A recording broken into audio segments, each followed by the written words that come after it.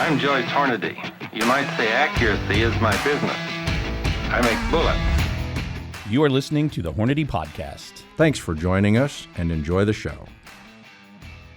Hello, everybody. Thanks for tuning into this episode of the Hornady Podcast. I'm your host, Seth Swerczek, and today, not in the corner, Jayden Quinlan, and in the corner, Preston Lentfer. Guys, thanks for coming on the show. Yeah, it looks a little odd when he's in the corner and I'm in front of him. He looks very small. Well, so it's just an angle thing. It's really not a Quinlan's Corner episode, but we do want Jayden's commentary on it. And the reason is this particular show, you know, if you look back, we've done an episode where we went through all of the Creedmoors and all of its children, right? So the 6.5, the 25, the 6mm, the 22. People have necked it up to 7. We've talked about all of those and just kind of their merits and how you sort through it and maybe which one's the best one or which one's the best one for you. We thought, well, that's kind of fun to do. It's a little thought experiment. There's no right or wrong answers. Well, there's only wrong answers, but there's a couple right ones. But let's expand that into some real icons of the industry, some cartridges with some staying power. Let's talk about, you know, some cartridges that aren't going to blow away in the next 25 to 70 years with the wind. Something, you know, like these Creedmoor cartridges. Yeah, they'll just slowly disappear. Yeah, let's talk about the 308 Winchester family. And I think it's obviously steeped in history, and so many of us did so many things with cartridges that are in that 308 lineage. I have a lot of friends who their first rifle was either a 243 or a 708. A lot of us, I think maybe everyone at this table, cut our long-range teeth with a 308. I skipped the 308, and then I went back to it. I started with a 6.5 Creedmoor. Bad way to do it. Yeah, you got spoiled. Yeah, the expectations. You still act that way today, by the way. Thank you. Go ahead. Oh, my gosh. Oh, the comments will love that. Yeah. So, I mean, we all kind of dabbled in, you know, the 223. Jayden, we talk about your 30-06 days. Yes, sir. Of what now is not long-range at all. But as far as, like, really getting into learning what it takes to be an actual rifleman and be a precision shooter and even a competitor, a lot of us here started with the 308. A lot of hunts have gone down with the 308. I grew up with the 308 in the house. And so the 308 lineage, when you look at it, the 243, 358, 708, we even talk about the 260 Remington. There's a lot of versatility in these cartridges. And there's a lot of crossover and a lot of, well, I just do that with this one, right? You know, there's a lot of stuff where maybe there really isn't a better or worse answer. But those cartridges that I mentioned, they're here to stay. They really are, all jokes aside. And we got to start with the 308 Winchester. So for the listener, if you're new to the podcast or newer to the podcast, you got to go back to year 2, season 2 of the podcast, episode number 62. And we did a complete deep dive on the 308 Winchester. It's actually a wonderfully performing episode. When I was looking up the episode number, I was astonished by the number of views. So Matt George was on there. Yeah. Anytime he's on, it's honestly a great podcast. Yeah, Matt does awesome. He's good. Yep. Smart guy. Especially when it comes to the history of a cartridge. Right. And also one with significant military application. Right. You know, that's kind of Matt's wheelhouse too. So episode 62, all about the 308 Winchester. And I think that's pretty neat. You know, we had the 7.62x51 and the commercial 308 Winchester, and, you know, the commercial beat it to market, if you will, 1952. And do you think they knew back then that making this short action cartridge with a 0.473 diameter case head that fit in a 2.8 inch overall length was going to revolutionize the rifle and cartridge industry? Yeah, and provide like the definition for it. Because when we design a cartridge today, those dimensions still have to be met because all the magazines are built that way, all the guns are built that way. So that cartridge really, not only does it start the family line to talk about today, but it is still controlling things to this day, which is pretty crazy. Yep, it is. And at the time, you know, obviously there was the military application, but that removed the 308 Winchester for the sportsman was really, everything from elk to your deer and antelope species. The 308 Winchester provided fantastic velocity, especially with a 150 grain bullet, 140 grain bullet. manageable recoil for virtually every shooter, and plenty of knockdown power. I don't know if I can recover from That's that. going to be I short. That was great. I had to embellish. I felt intense. Yeah. Yeah. You know, I had to embellish it because it's one of those classic terms Sure. that really has no actual definition, but it gets the people going. Sounds cool. Yep. 52, Johnny Cash was 3 years in to his car building. Really? One piece at a time. One piece at a time. Wow. Yep. Started in 49. Yep. He's working on an assembly line.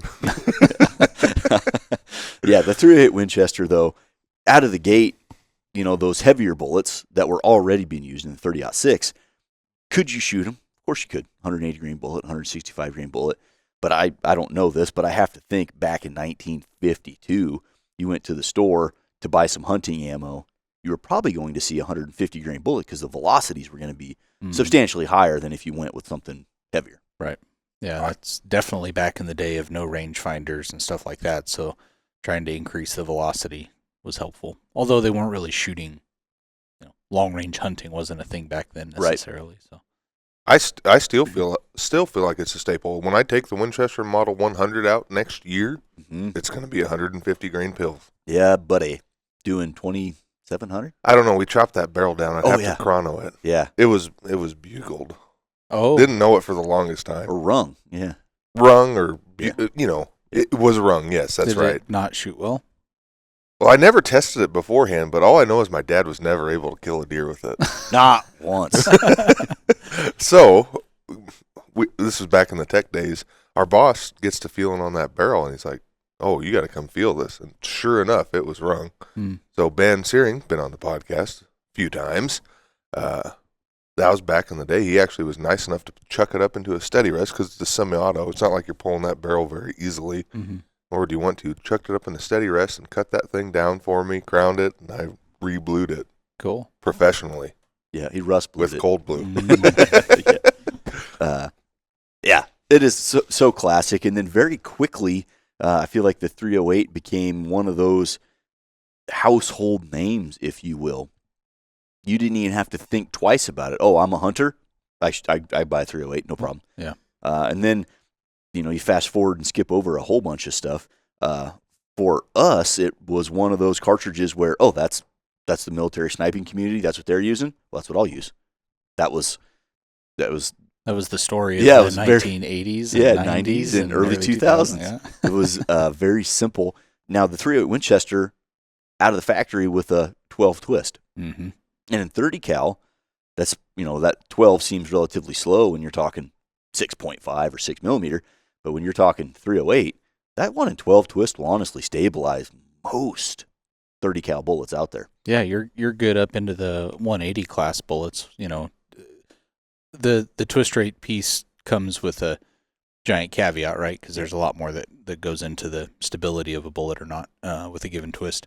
But yeah, for what the 308 was designed to do, the 12 twist was fine. Until you get into the probably 1990s when bullet design starts to get a real push towards maximizing aerodynamics and stuff like that. That's where you start to see 30 cal bullets come out that would not be applicable in the 308. And even then, by the time you make a bullet that long, you're not shoving that in a 308 Winchester case. Right. And getting very much velocity, And You tried it. I did. It performed great. And oddly enough, Joe Thielen's using that semi-same combination right now to dominate TAC class in PRS. It's just a much lighter bullet now, but it's got the very similar O-drive shape. And yours was farted out of the barrel very accurately. 2450. Yep. You're talking when you were shooting 208s, right? Yeah. Yep. Yeah, the good old 308. But I shot a 10 twist, although that was unnecessary. I think your big old girl from back in the day, that was a 12, wasn't it? Which one? The green one. We ran it at the Sniper Adventure Challenge. That was a 10. 10, okay. Yeah. He's advanced. Well, no, that barrel was an overrun from the M40s, and it was like an 11 1/4 twist. Oh, very special. Yeah, it was it makes no difference, but yeah. Well, you got a cartridge that was really designed so like, hey, how can we maximize this for, like a full auto, like military kind of thing. Mm-hmm. And then it also works great in the sporting aspect. So you're going to have a winner. Yeah. And then post World War II, when everything is blowing up as far as the amount of entrepreneurs, the amount of businesses, homes, everything was on the rise post World War II. This cartridge probably fell just in a perfect time. Yeah. And really founded the feast of what would become a big lineage of very, very popular cartridges. So we can come back to the 308 if there's nothing else you guys want to mention, because I want to move to the next one, which might be one of my favorites of the list. Move along. Yeah. Yeah, so we've got a whole podcast moving about along, the 308. It's 1950s, right? All this cool stuff's going on. Enter 6mm craze. That's what I'm saying. So you've got obviously the 25 cal, which we've talked about in great lengths here as of recent, that has kind of ruled the roost up until this point, for the, kind of the do-all. Lightweight, varmint, flat shooting, ultra fast, but still plenty of wallop for things like antelope, deer, black bear, that kind of stuff. Well, then you enter the 6mm craze with the 6mm Remington and the 243 Winchester. And they kind of, anything you can do, I can do better kind of deal with the 25s. And so right away in 1952, with the introduction of the 308 Winchester, you got people necking it down to 6mm. And in 1955, it was adopted, a standard cartridge, the 243 Winchester. And in my opinion, this one might be my favorite in the list. You've got 55 grain bullets doing all the speed, all the way up to 100 grain bullets that are just as effective on deer and antelope as the 308 Winchester, with way less recoil and more velocity. What's not to love about that? What are your guys' thoughts, feelings, experience with the 243 Winchester? Growing up, a lot of friends had 243s. Yeah. And to be honest with you, I was a little bit jealous.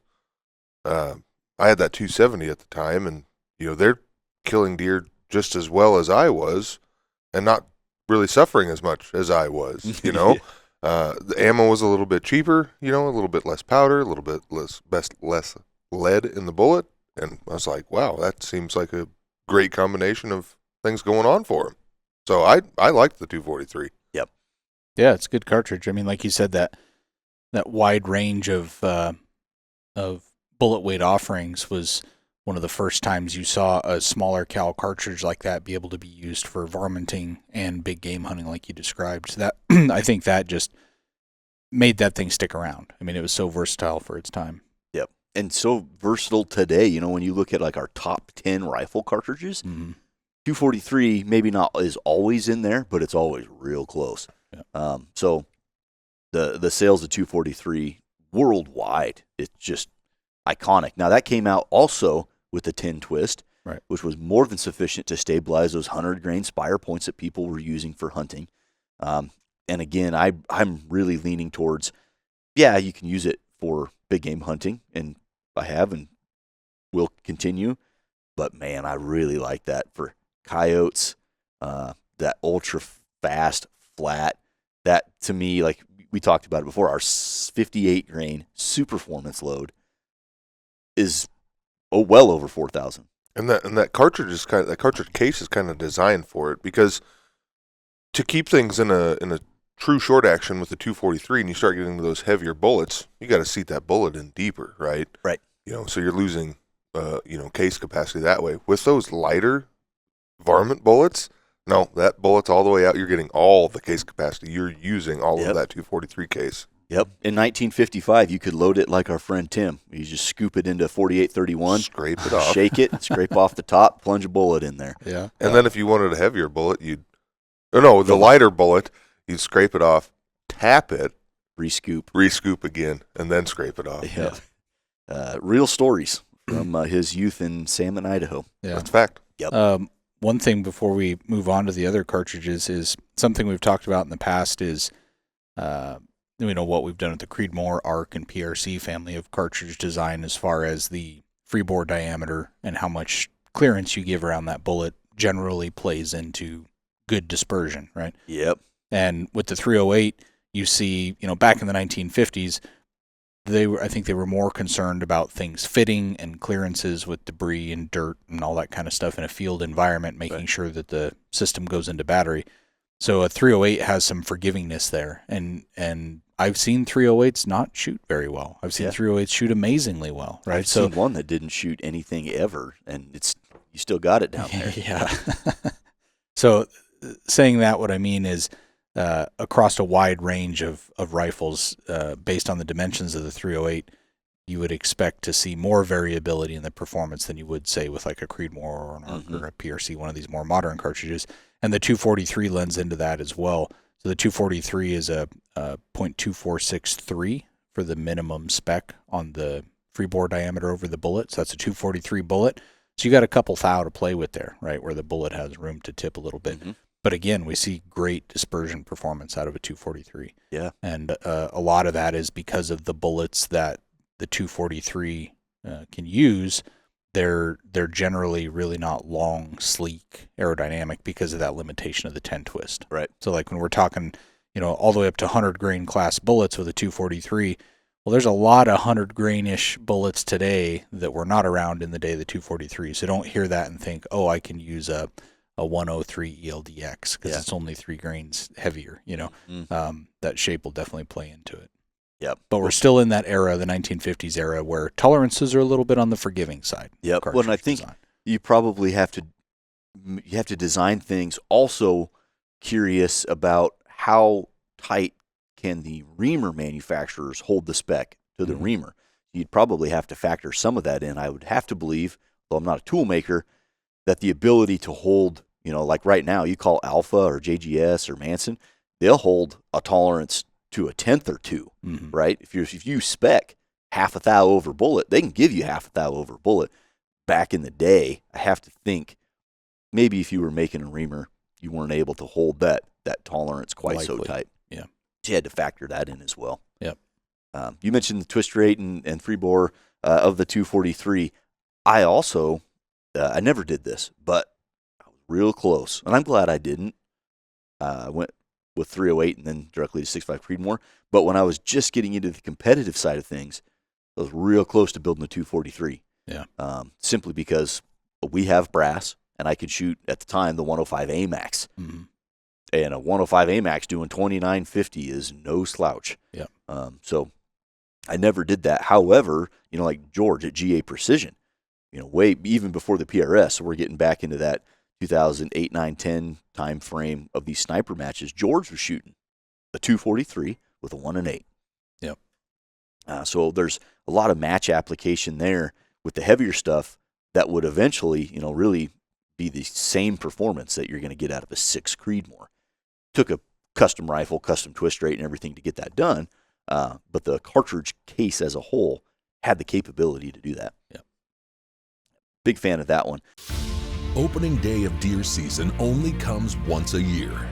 Make sure you're ready to make it a knockdown, drag-out hunt. American whitetail tipped ammunition. Loaded with legendary SST and FTX bullets that deliver buck-stopping shock on impact in all your favorite deer hunting cartridges. Proudly made in the USA. American whitetail tipped ammunition from Hornady. One that I'm going to throw in here before we jump to the next cartridge that didn't get super popular until several decades after the 243 was out, but the 22 243. That one, before the 22 Creedmoor, when people wanted just a little bit more oomph than a 22 250, that 22 243 was a relatively popular Wildcat, especially when manufacturers started making those 75, 80, 85 grain bullets. One of our technical guys who's long since been retired, Lonnie, he was a 22 6mm fan. And that thing looked like an Apollo space shuttle because he'd stick that 80 grain bullet way out, and it was that super long case. He shot that for light gun in 1,000-yard bench rest. Yeah. Did quite well with it. So the 22 243 took several decades to really become Wildcat popular, but that was a cool little cartridge that for the varminter out there, again, this would be in the 80s and 90s where rangefinders just weren't a thing. Mm-hmm. You could get that blistering speed Yep. with those hot rod 22 cal bullets. Because the difference between an 80 grain 6mm and an 80 grain 22 cal, I bet those bullets are easily, I bet the 22 is twice as long or darn close to the 6mm. Really sleek, really long ogive, good boat tail, perfect for like a long range coyote gun, especially when range estimation is going to be difficult. Yep. I would imagine they might have had 2 barrels spun up simultaneously. Yeah. Because as soon as that first one's cooked, that and it's going to be relatively quick. Oh, I bet it'd be real quick. Fine. It's a lot of powder. That's great. So stick it in the 1950s and going to the opposite end of the spectrum, right? So you've got people distributed throughout the U.S., right? You look at, population masses, where they are. Well, we kind of grew from the outside in, if you will, right? So on the West Coast, got a bunch of people kind of pushing gradually east. So the 6mm made a lot of sense because there were deer and antelope and coyotes and jackrabbits and all that kind of stuff. You look at what I'm going to call the Midwest or traditional Midwest, the upper Midwest, whatever you call it, talking Minnesota, Wisconsin, Michigan, places like that. You have very, very dense woods, right? Huge swaths of land densely covered with trees. They're not shooting as many of the 243s and the 6mm. They went the opposite direction. So again, in 1952, right out of the gate, .308 Winchester, necked down to 6mm, immediately necked up the 35 cal. Mm-hmm. And in 1955, you have the SAMI adoption of the .358 Winchester. And I have to think, I did no research on the topic, but you got the 35 Wayland, right, that had already been around and super capable. So you've got the 35 cal bullets. Now you've got a smaller, shorter, efficient 30 cal case. Let's just plug those big old bullets in there and go shoot some whitetail and big bears. Yeah. I don't know very much about the .358 Winchester. Well, it's no slouch. I mean, a 200 grain bullet's going almost 2,500 feet a second. Ouch. So yeah, it's nothing to scoff at for sure, especially for those shorter range hunts where, you might want to be able to deal with a little bit of brush or stuff that's between you and the deer. Yep. That's probably going to hedge your bets better than a 6mm will or a .308, right? So I think it really found its home in that and is still around today. There's still people shooting .358 Win today. Yeah. I don't know any, but I'm sure they're out there. Yeah. All jokes aside, I've got several friends that actively load for and shoot the 35 Wayland. Yeah. And so it's not a stretch to think that there's, obviously the Wayland is cool because of its Townsend Wayland connection and stuff. But the .358, again, like you said, if you zoom out from trying to be all super technical or whatever, a 200 grain bullet going 2,500 or anything inside of 200 yards, that is going to be a thumper. Yeah, even bigger stuff, going for elk. Yeah. Moose. Caribou. There's moose up there. Absolutely. Yeah, right. Yeah, it'd be a great moose cartridge. Well, I think it was speaking of brush busting, it says they introduced it with the Model 70 and the Model 88. The Model 88 lever action. There you go. And then Savage 99 also chambered it too. Of course. So. Yep. That Model 88 was a pretty cool rifle. My dad had one for a long time, and I didn't understand the collector value of some of those rifles, but that's a cool gun. Yeah. My uncle had one in 243 Winchester. Perfect. I think he still does. I hope he still does. Yeah. And you say anything else in there about the old .358? Not a few other manufacturers chambered the rifle. There was some Mannlicher Schonauers, Ruger 77s, and Browning BLRs. Another one for the lever action. Yep. There you go. Sounds like, in those tight confines, barrel length isn't really a concern. Short barrel, carbine, lever action, that would be a pretty fast handling gun. I want to take with a 24-inch barrel, 200 grainers are going up to 2,700 with a couple of propellants. Wow. Not bad. Not bad. Real quick, Preston, you mentioned the Ruger M77. I want to jump down a rabbit hole real quick about the Ruger M77. Maybe we should also get Ruger to talk about this. Anyways, just BSing with my old man about rifles and stuff, which we're one to do. And he had heard this, or he actually read this years and years ago, maybe back when he owned a gun shop. I can't remember. He had read this and assumes it to be true, but has not validated it with Ruger.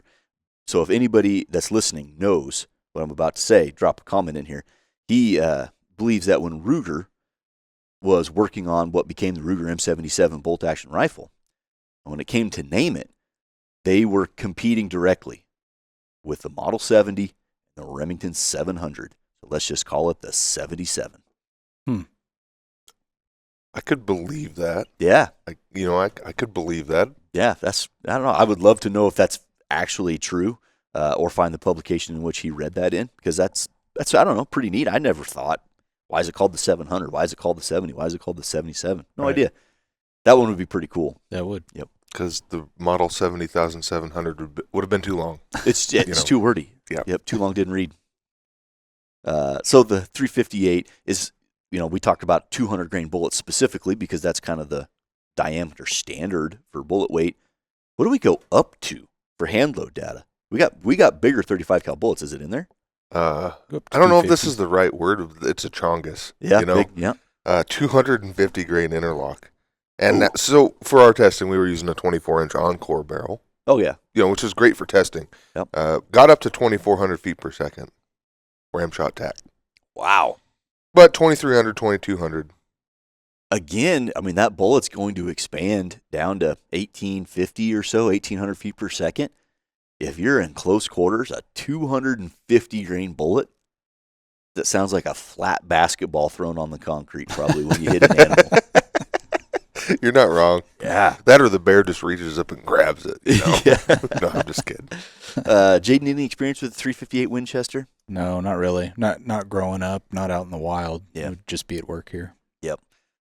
Like where you grew up, probably not a very common cartridge. Likewise, where we grew up, not really a big need for it. Yeah, there was a couple, old guys around that would hunt elk with some of the bigger bore stuff, like a 35 cal or a larger, 338, which we'll talk about here, I'm sure, in a little bit, as the last one on the list of the family. That was more common, But yeah, in Colorado, I didn't run into too many 358 wins. Awesome. Well, then we'll jump to the next one in the lineage. And this one, in my opinion, is one of the more confusing ones in its rise to popularity. And this is another one that, depending on the year, it'll be in our top 10 cartridges sold, especially in the Southeast. Big fans, apparently, in the Southeast. And there's obviously a huge population down there of people in general, but then of active hunters as well. Talking about the 708. Now, the reason that one's so odd to me is there were 7mm bullets available in the 50s, right? 7mm was a thing for a long time. So in the 50s, it's immediately a Wildcat, just like the rest of them, the 243 and the 358.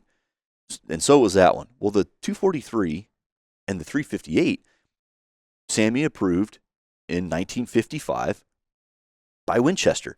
The odd part was it wasn't until 1980 that the 7mm 08 gained Sammy approval. Yeah. And to me, it does seem a little bit odd. It's odd that you're going to have a cartridge for nearly 3 decades be a thriving and popular Wildcat with no standardization. Yep.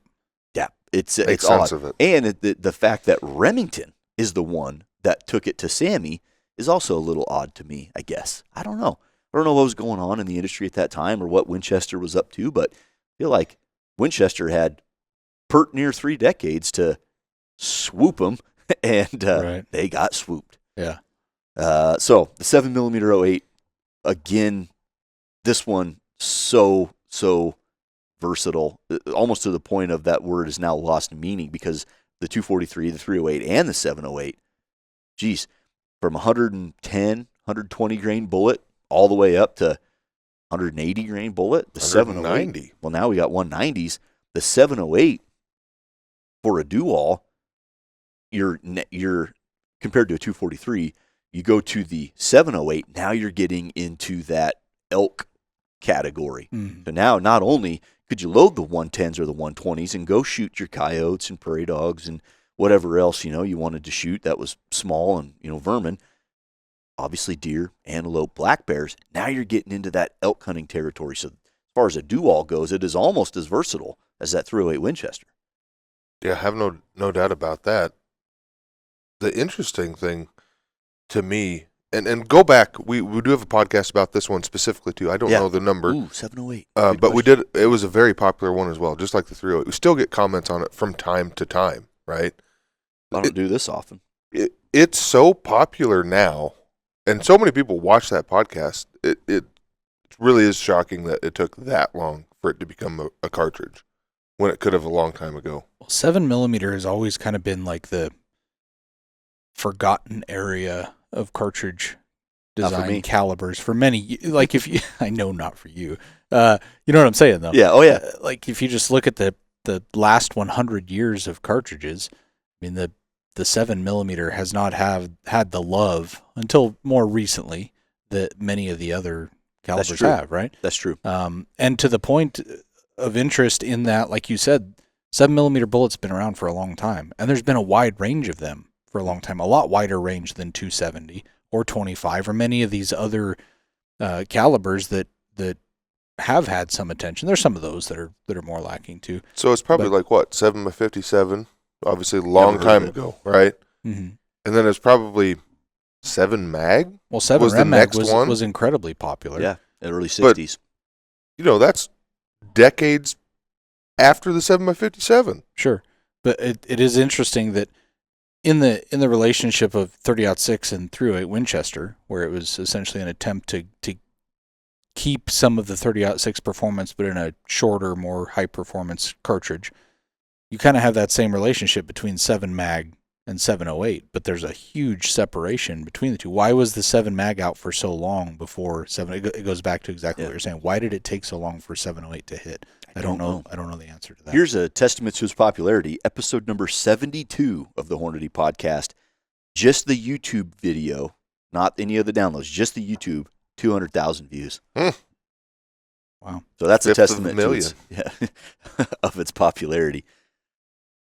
But like you mentioned, the 7x57, we're going back into the other century, and you've got, it fought wars, right? Like, okay, that's a popular bullet diameter, but then the rapid acceleration of development went 30 cal, 25 cal, 6mm, and it wasn't, even in you get into the 80s and 90s and early 2000s, a lot of manufacturers tried to push more love into the 7mm, and they still never caught on.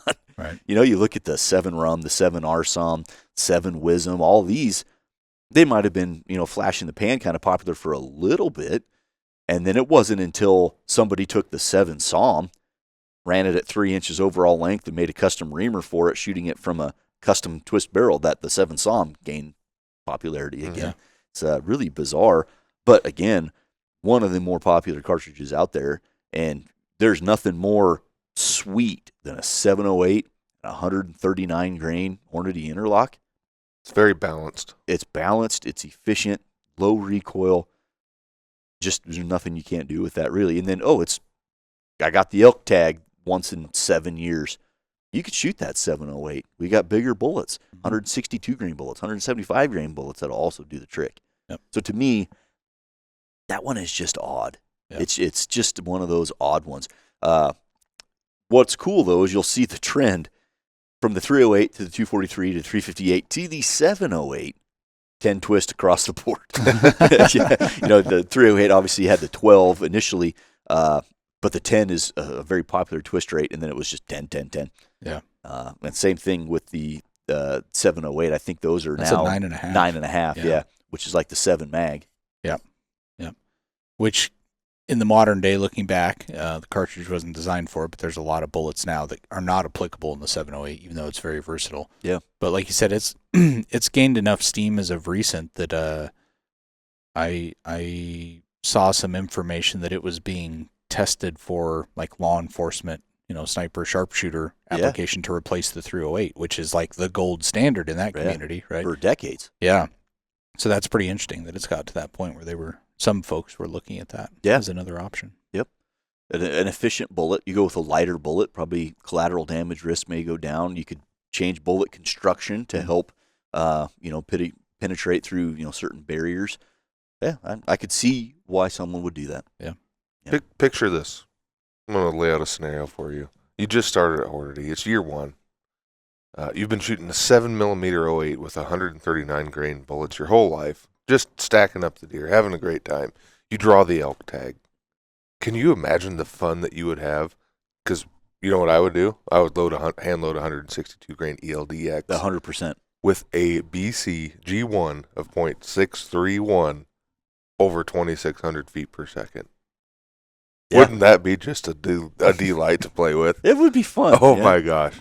You know what? As much as we do for work and as much shooting as goes on, sometimes we forget that the little joys like that. But yeah, I have this rifle.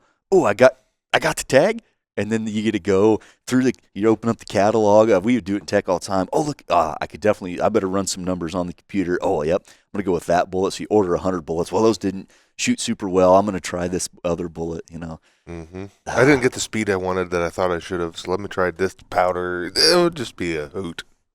Yeah, a lot of love for the 708 internally and externally, obviously. Around the world, the 708 still very, very popular. And check out episode number 72. There's no better time to stock your reloading bench and light up your range. With Hornady Get Loaded Plus. New this year, free bullets or free cases when you buy these select Hornady reloading tools. Plus, receive the free HIT Target Impact Indicator. Hornady Get Loaded Plus. Free bullets, free cases, free HIT Target Impact Indicator. Get loaded and light it up with Hornady Get Loaded Plus. Limitations apply. Visit Hornady.com/getloaded2025 for further details. Moving on to the next cartridge. We have not done a podcast on this one, although we probably could get Dave Emery on here to talk about this and the 6.5 Creedmoor. This one also really strange to me. And a little bit for the same reason, because this was a popular Wildcat probably in the 60s more than in the 50s, but you have a Wildcat that gained some popularity in the 60s and 70s, and it wasn't until 1997 that Remington took this to Sammy. And the other reason that this one is perplexing to me, it's not really perplexing, it's just unfortunate, really. At the time, it was designed to do a certain thing. Okay, it did that. But then the cult of people that clung on to it, even though there was, factual scientific evidence that didn't necessarily support this thing for being the best do-all match long-range shooting cartridge ever. The cult-like following that clung to this cartridge, and I'm talking about the 260 Remington. Mm-hmm. Again, had a lot of potential to be a really great cartridge. Somewhat fallen out of favor. Well, definitely has fallen out of favor in the last 20 years, probably 15 years for sure. But the 260, you go back into the 60s and 70s, it's very similar to the 708. We're talking a few thousandths of an inch. I bet that thing was great, primarily as a hunting cartridge. You think about 120, 130 grain bullet, going probably 2,800, 2,700. Mm-hmm. Probably do just fine. Yeah, 1997. Mm-hmm. We were, we'll exclude Jayden because he's just slightly older than us. Was 9. Third graders, Yeah. right? I hadn't heard of it. Didn't hear No. about it until I came to work here, quite honestly. Yeah. I don't remember where I first heard about it, but from a sporting standpoint, plenty of value in application. It's when you try to put it into precision marksmanship stuff that it just needs a little bit of tweaking and refining to make it what I would call perfect. Or not perfect, but make it better. And for that reason, I think is why it fell out of favor. From a sporting aspect, it didn't really provide a whole lot more than what these other cartridges already provided that had a multi-decade head start. Mm-hmm. And then from a match shooting application or a long-range sniping application, twist rate, I don't know about the freeboard diameter, you could talk about that, but I know the twist rate and overall length versus the length of the case was a little bit of fly in the ointment. Yeah, I think the 260 is a is a good case of too late to the game with other solutions already out there, where, like you said, the 243 and the 708 essentially have it bracketed, right? You have an option on either side. So varminting medium-sized game, even up to large-size game, those solutions already existed. So what solution did the 260 provide when it came out? Something different. It was something different, but it didn't excel in an area where nothing else had a place there, right? You could do varmint hunting with a 260. You could shoot coyotes with it, but 243 would probably be better. Mm-hmm. You could shoot elk with it. You could shoot deer with it, but a 708 is probably better, or a 308, right? So you had like this weird middle ground, and the design of the cartridge case, because around this era, late 1990s, you have the longer range, very sleek aerodynamic bullets well established and being used. Yeah. Right. I think the 140 AMAX, the 142 Match King, right? There's plenty of these bullets out in that era, and the specifications that Remington introduced the 260 with essentially made that a no-go situation with the twist rate. So there's going to be some people that hear that and say, "Oh, I've been shooting those bullets out of a factory 9 twist 260 for decades." Sure, it can be done, but from a lowest common denominator approach, it can't. Right. Those bullets will not stabilize in the really cold temperatures at sea level. And so you saw the 260, the immediate thing that happened with it, with this following that you talked about, was people started to have 260s made with a faster twist barrel. Once they did that, sure, Shoot whatever you want. It does very, very well. It still has a limitation in that the cartridge case is longer than it could be or needs to be with use of those longer, heavier bullets. With the lighter weight bullets, totally fine. That they fit feed function just fine. But the 260, I think, does deserve credit in it was some of the early, it was a cartridge that was modified early, mainly in the twist rate of the barrel, that started to push the limits of the long range performance. That was it was a kindling of what is now a raging fire, right? Back in the late 1990s, it was just starting to get going. And so the 260 does deserve some credit for that, even though it had to be modified to be able to march down that road a little bit. But you did see it hang on into the, definitely through the early 2000s and even into the 2010s. There was a lot of people still hanging their hat on a 260. And there's some units I work with that either still have some guns in inventory of that, or are still shooting it to some extent, even though there's so many better off-the-shelf options that you can just take and run with that you don't have to modify to get there. Yeah. But it is a piece of that history to get to where we are today, for sure. It is, absolutely. And like you mentioned, there's a lot of performance potential when you get into the custom world. Mm-hmm. Mason Anderson, buddy of ours up in Minnesota, the 260 Terminator or 260 Improved, there's a lot of different variations. Blow that shoulder out, there's a little more case capacity now. Throat that baby out. You've got some horsepower for running a 6.5 bullet, which would be pretty fun. Yep. In the hunting world, it'd be great. In the match world, it would be great. But like you mentioned, the lowest common denominator, we have to design things such that you go to the store, you buy the rifle, you buy the ammo, you leave the store, everything works great. And it works in all possibilities. Yep. And we don't want to limit ourselves with bullets by way of the wrong twist rate. And that's simply what happened there. And that's, right. I was actually just at a show, the Texas Trophy Hunters show in Texas, having a conversation with Chad, who's a rifle builder, hand-carved stocks. Oh, wow. I mean, he's a craftsman. Makes a really nice rifle. Anyways, 10 years ago, he built him. That wasn't 10 years ago. Was it? Whoa. No, there's no way.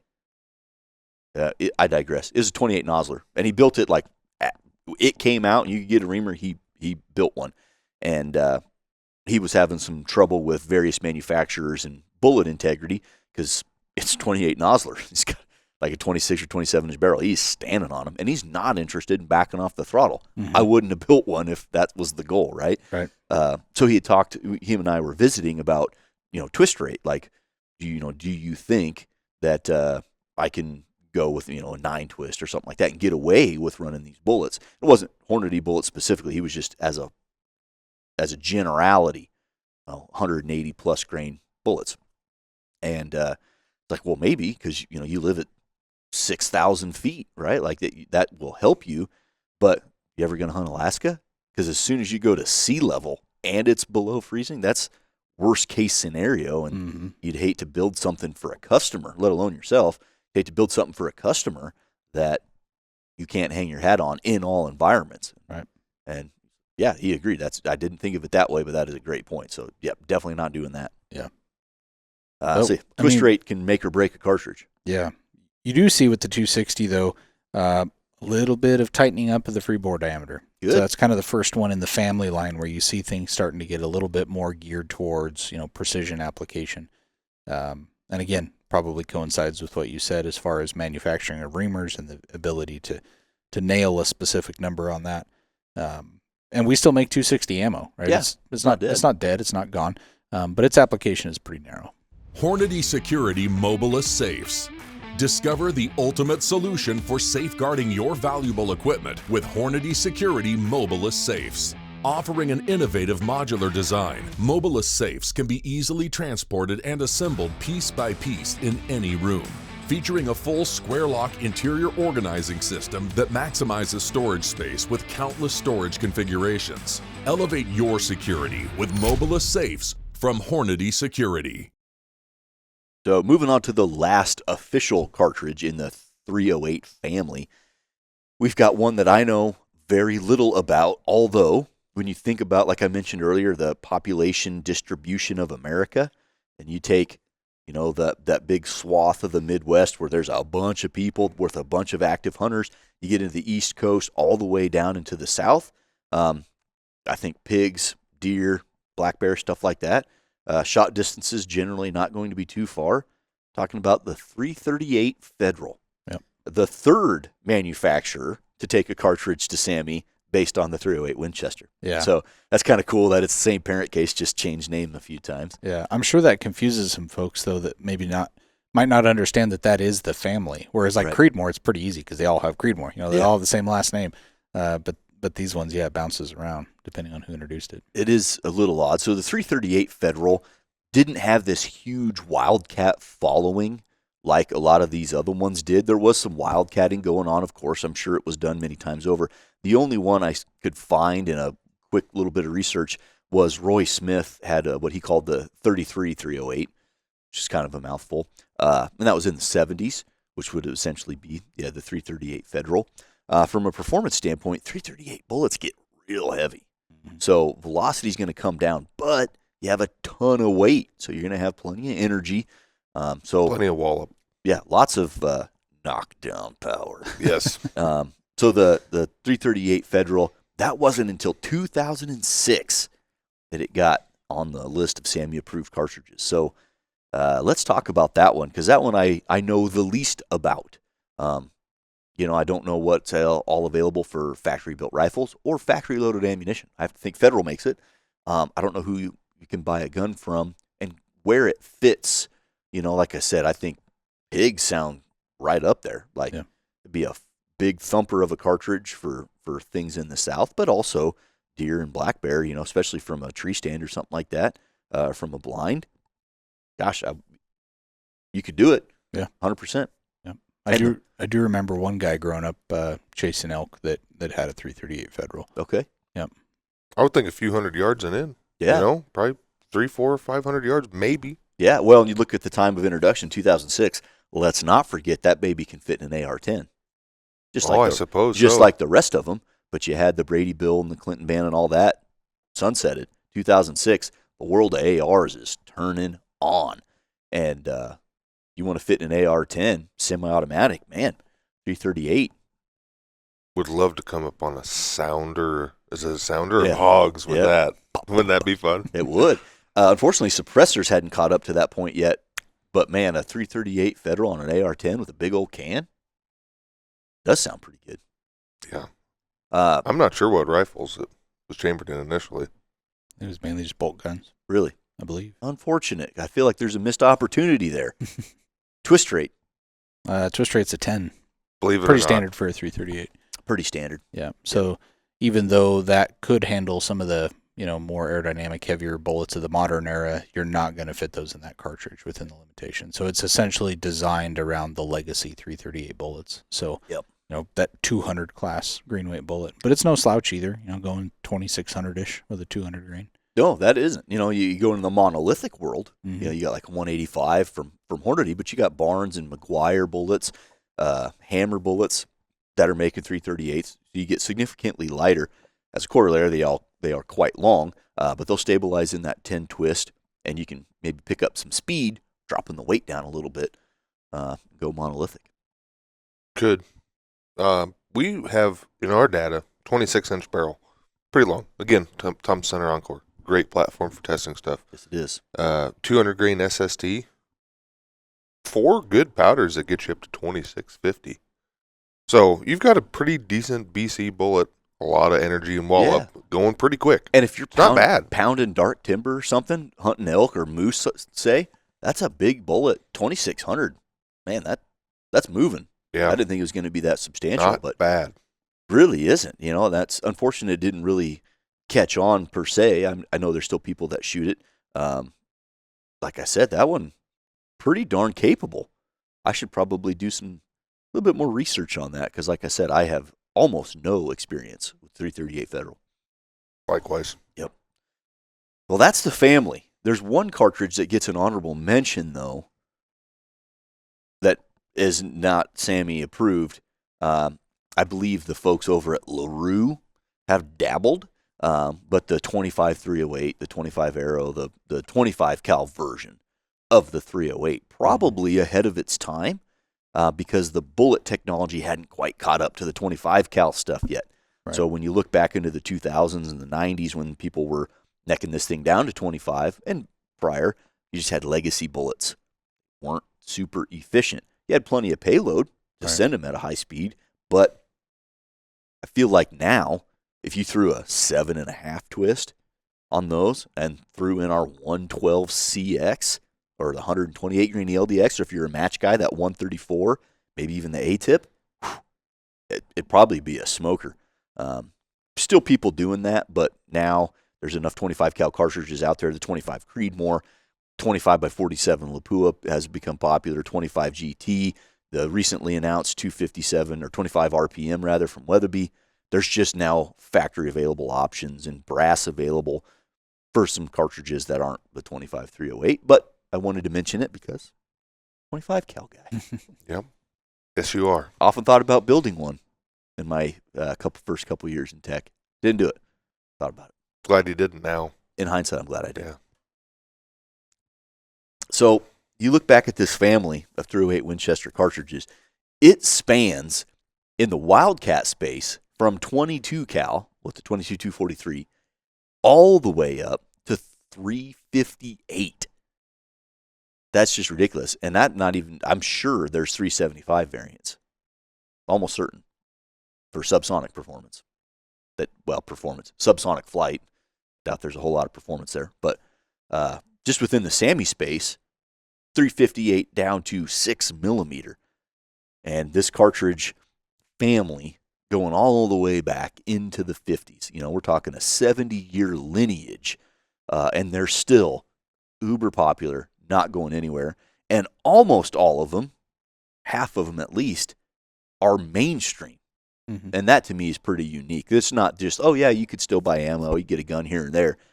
The 308, the 243, and the 708 are legit mainstream cartridges. Yep. You know, if you were I'm going to open up Swerczek's Pawn and Gun, and I'm going to get a catalog and order in some inventory, you best believe I'm going to order in 308, 243, and 708 rifles and ammo from various manufacturers because it's going to move, period. Yep, I'd be a big fan of that. I think with the question has to be asked. You have to choose one. What are you picking? I already know Jayden's answer just because I know Jayden. Well, I have to say, let's throw some caveats in there. If I can't customize it, which you can't. Yeah, right. Let's go with it's Sammy stuffs, twist rates, et cetera, et cetera. If I couldn't, I had my answer. You just pick one as a favorite. I mean, it's not like there's not stipulations like you're going on X hunt or you're going to go shoot this. Just what would you lean towards? Oh, you know, I wanted to say 708, but I'm not gonna. 308. I'd have to go with the 308. Yeah, that's Jayden's too. Is it? You're right. I wanted to change my answer just to make you wrong. Yeah. But I have to be honest. You're an honest man, and I knew you would be. Oh. I'd probably go just as a favorite, probably 243. Yeah. Like I'm not going on any particular hunt, but yeah, that's a great one. When you say that, it's like I, as of recent, have been really downsizing my cartridge expectations.